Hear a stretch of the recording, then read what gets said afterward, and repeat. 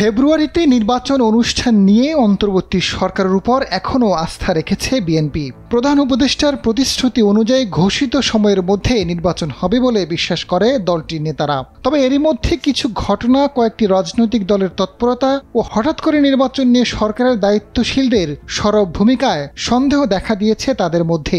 ফেব্রুয়ারিতে নির্বাচন যাতে না হয় সে নিয়ে ষড়যন্ত্র চলছে। বিএনপির পক্ষ থেকে এমন অভিযোগ আসছে বারবার।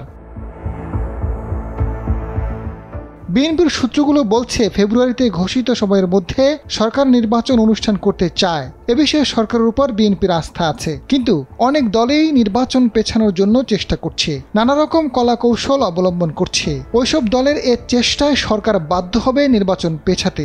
বিষয়টি বিএনপির চিন্তার কারণ হয়ে দাঁড়িয়েছে।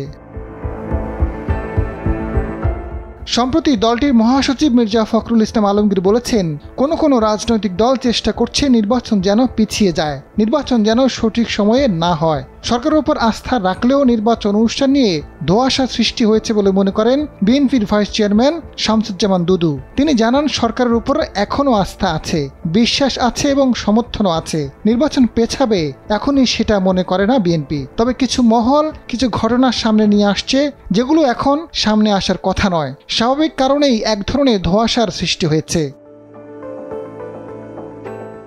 ফেব্রুয়ারিতে নির্বাচনের বিষয়ে সব ধরনের ঐক্যমত পোষণ করেছে বলে জানান প্রধান উপদেষ্টার প্রেস সচিব শফিকুল আলম। তিনি জানান, নির্বাচন নিয়ে সরকারের উপর কোনো চাপ নেই। এবার জাতির ইতিহাসে সবচেয়ে সুন্দর নির্বাচন অনুষ্ঠিত হবে।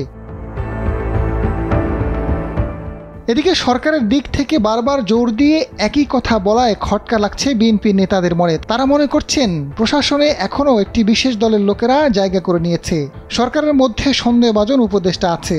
একই সঙ্গে নির্বাচন কমিশন নিয়েও বিএনপির কিছু সুপারিশ রয়েছে, কিন্তু সরকারের দিক থেকে কার্যকর কোনো পদক্ষেপ দেখা যাচ্ছে না। কেবল মাঠ পর্যায়ে নির্বাচন কমিশনকে প্রস্তুতির কিছু কাজ করতে দেখা যাচ্ছে।